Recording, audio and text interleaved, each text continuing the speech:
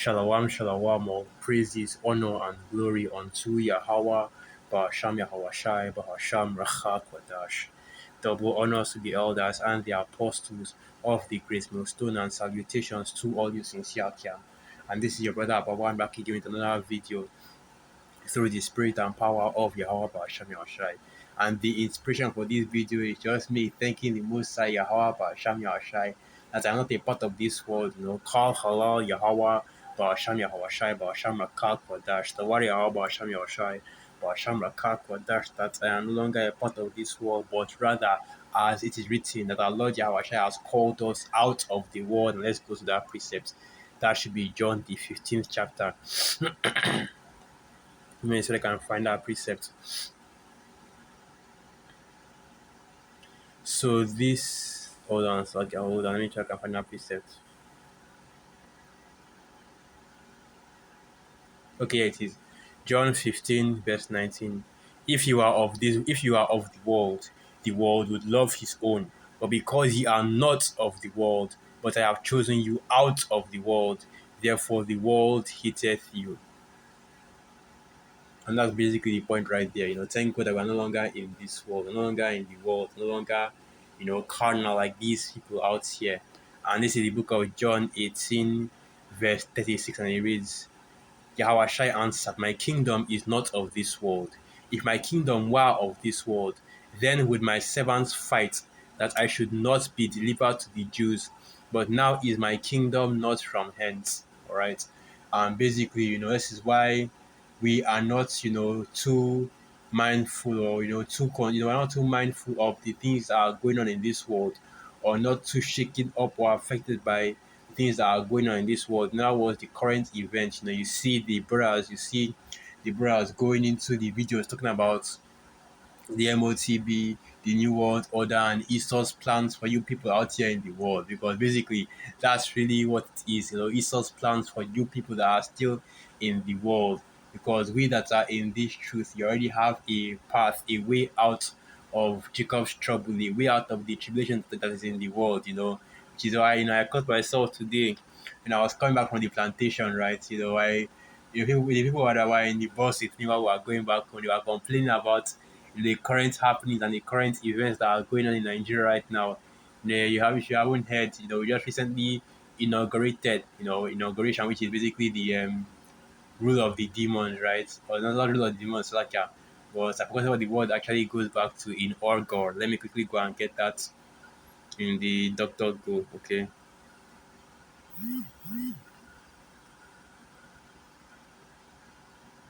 Guys, inauguration. I forgot what the word actually goes back to, so let me go bring that out. Inauguration in the etymology. Hold on, wrong word. Here it is, inauguration. So let's see.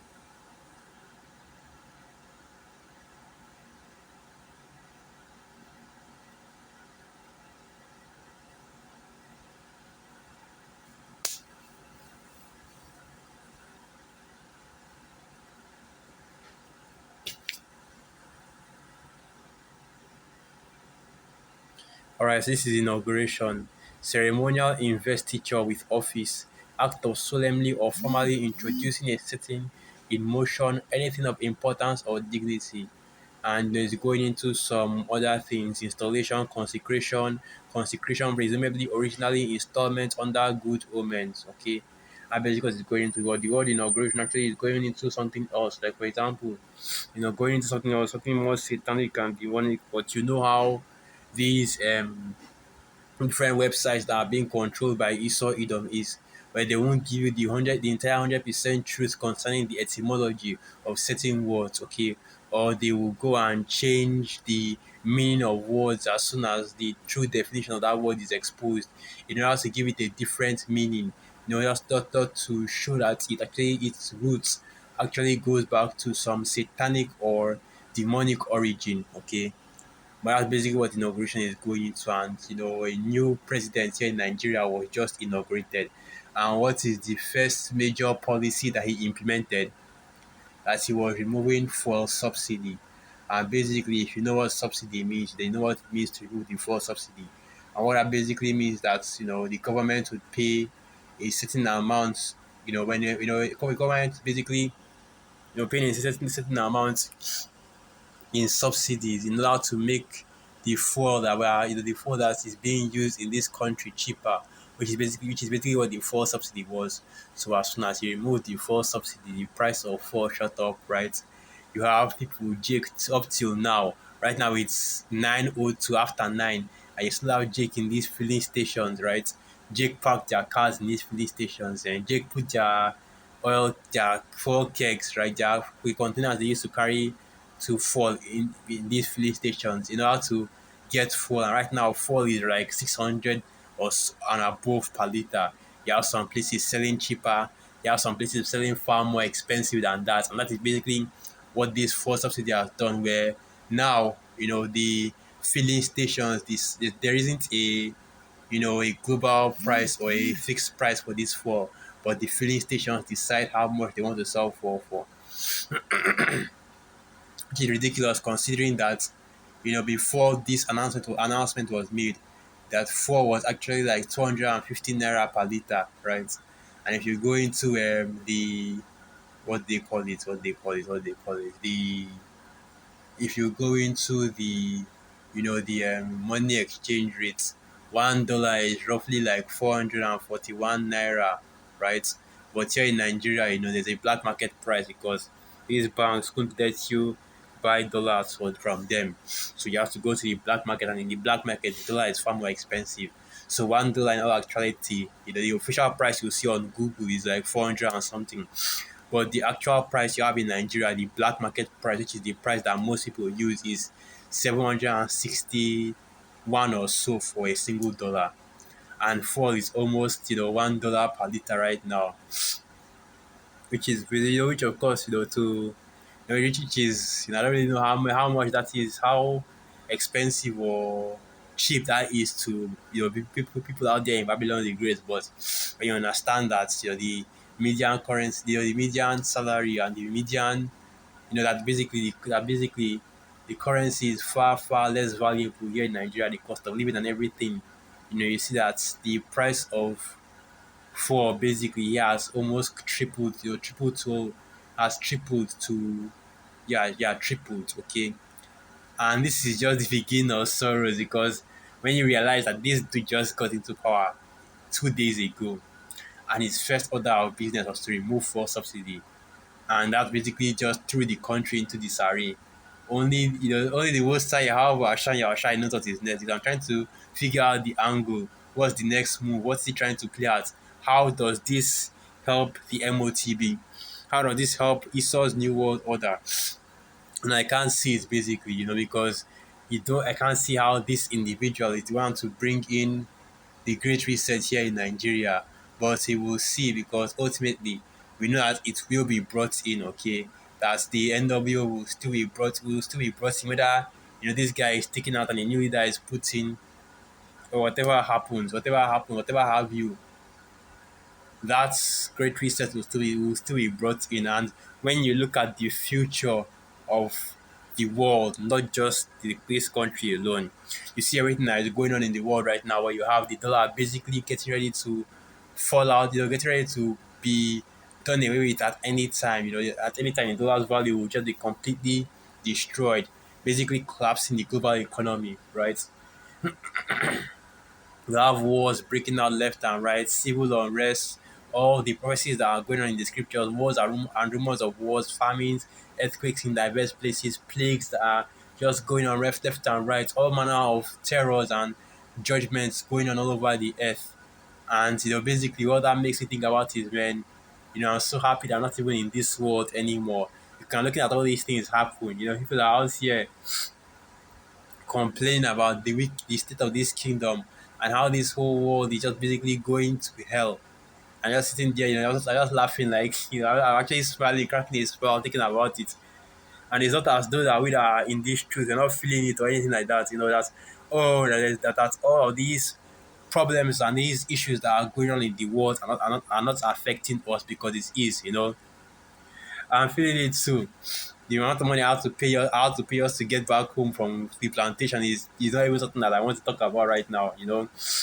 Man, it's starting to get rough out here. It's really starting to get rough out here. And you can really see that we are starting to even get into, deeper and deeper into those times. Okay, because we're already in the times, we're starting to get deeper and deeper into those times.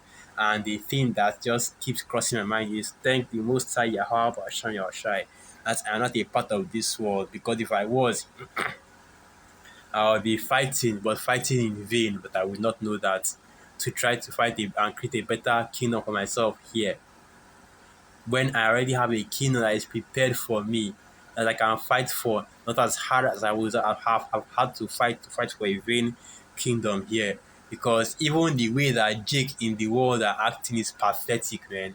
That's how you know that these niggas wouldn't even last a day in this truth. Because you're looking at Jake, this is the only thing that they have, because me and this is the only thing that they have. They only have this world. They don't know about the kingdom. But you see how nonchalant and half-assed they are about this place. No matter how much they try and say, oh well, no matter how much they try and say, oh well, it's so oh the white man's wicked. This and that.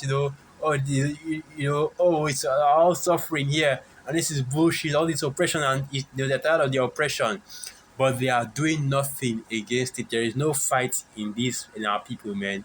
There is no attempt to try to make a better kingdom for themselves in this world. But yeah, they want to come up to us and talk about how we are not doing anything, that we are just looking and waiting for a sky that all the mockery that they do against the Musa Yahweh Hashem Yahushai.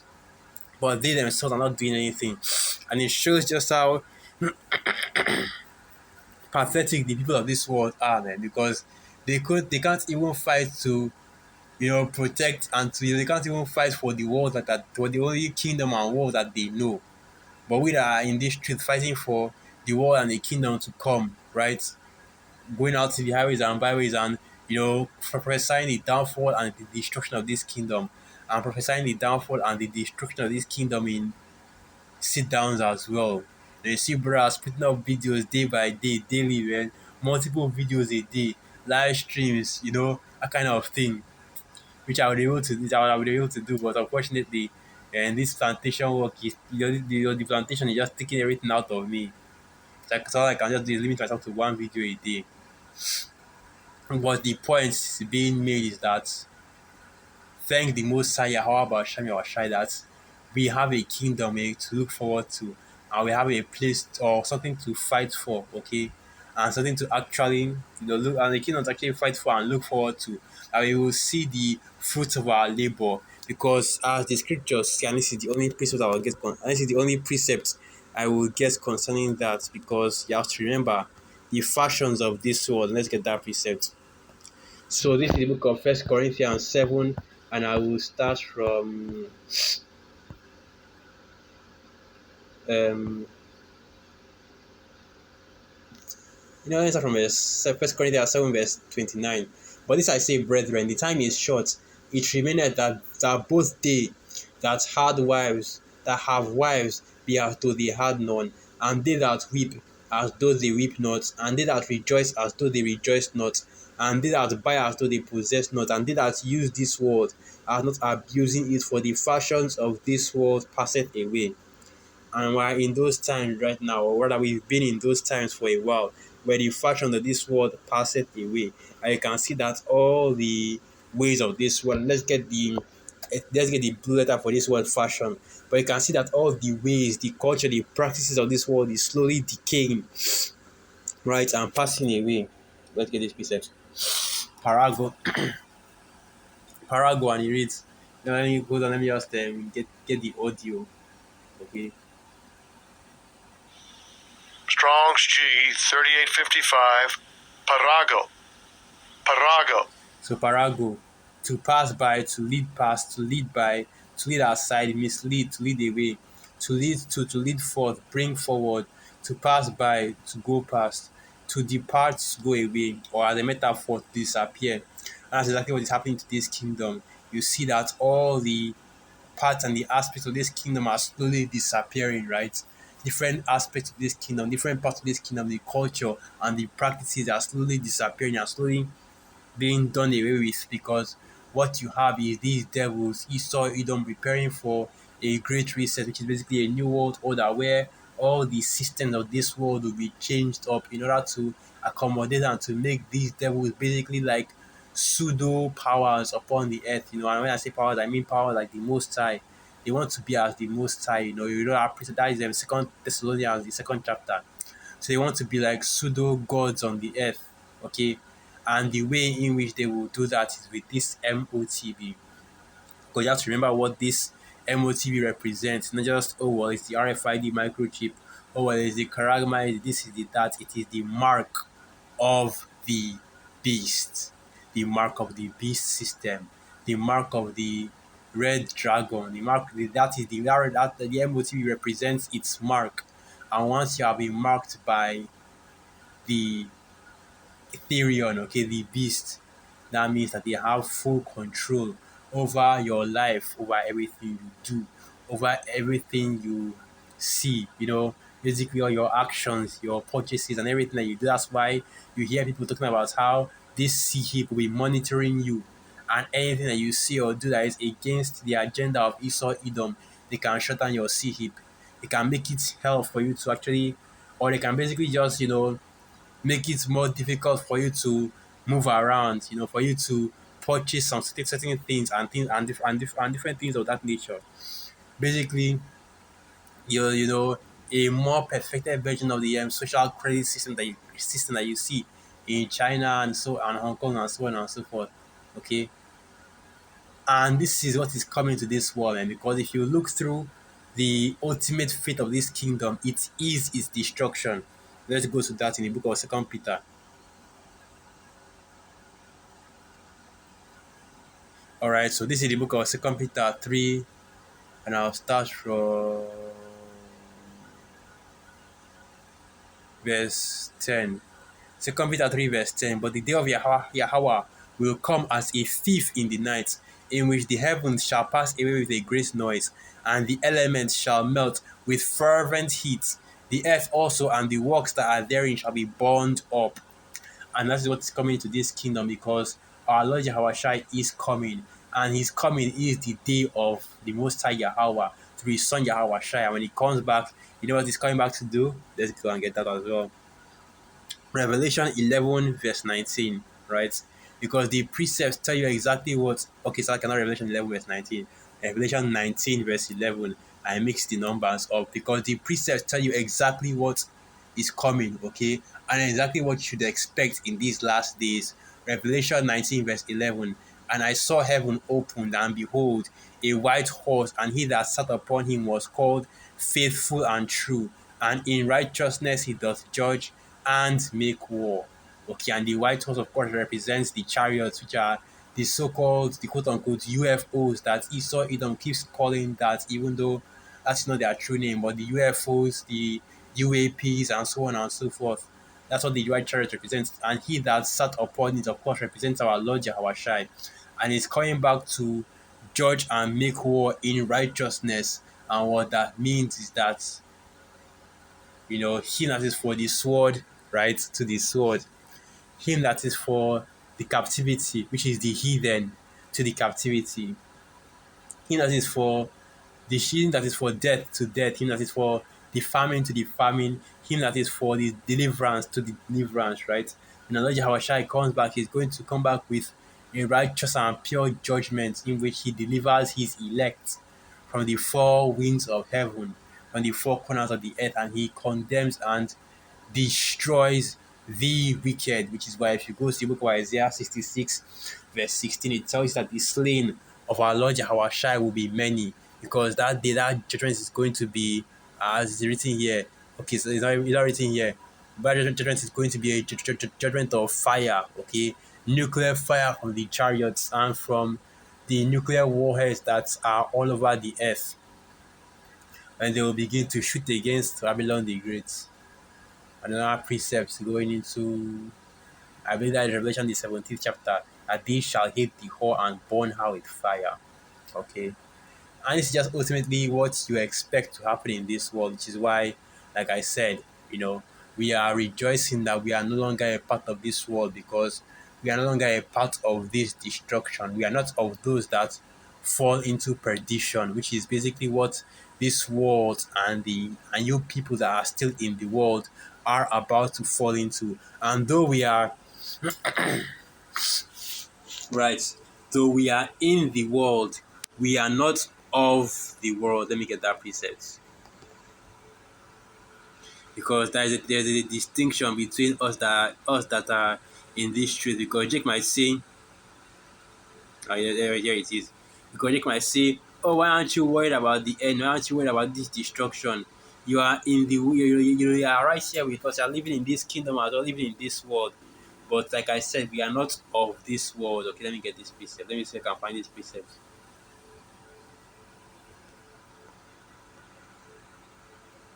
Let me look for this precept. Though we are in the world, we are not of the world.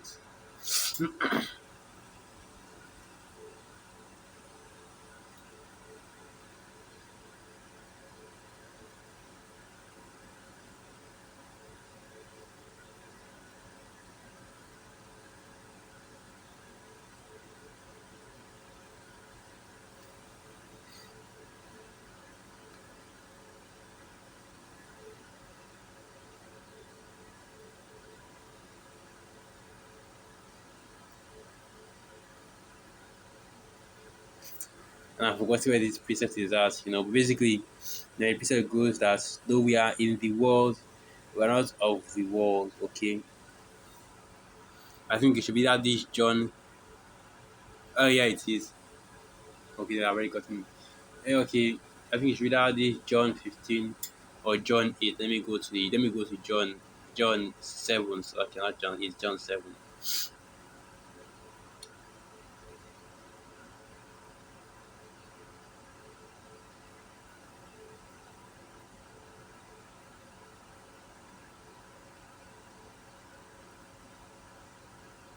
Right, let me go back to here, and I've already read this precept before.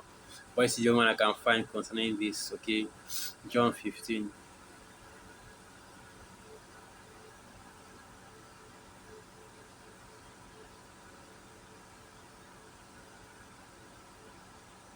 Hold on, let me try and look for that precept again. Ye are not of the world. Yeah, this is the precept I'm looking for. John 15, verse 19. Now, let me just read it again. So, okay. If you are of the world would love his own. But because ye are not of the world, but I have chosen you out of the world hateth you. And basically, I'm looking for another precept that says that though we are in the world, we are not of the world, because though we are living in this kingdom with all of its wickedness and everything that is involved in it, we are not of this world, because our kingdom is, you know, the kingdom of our Lord Yahushua, and at the return of our Lord Yahushua, we will be taken out of this kingdom and instantly transported with those new bodies into the true kingdom where we belong in, which is the kingdom of our Lord Yahushua. Right? But this is just a transitionary phase for our people, okay, for the elect of the nation of Israel. And pretty soon, we're going to be out of this world, okay? Yeah, out of this world. We're going to be out of this kingdom, out of this kingdom, out of this hellhole, man. Which is what gives you that, or rather, which is what gives me that joy, basically. You have to be ready. So talking about that, I have to blow my nose. So with that, I'm going to end the video right here.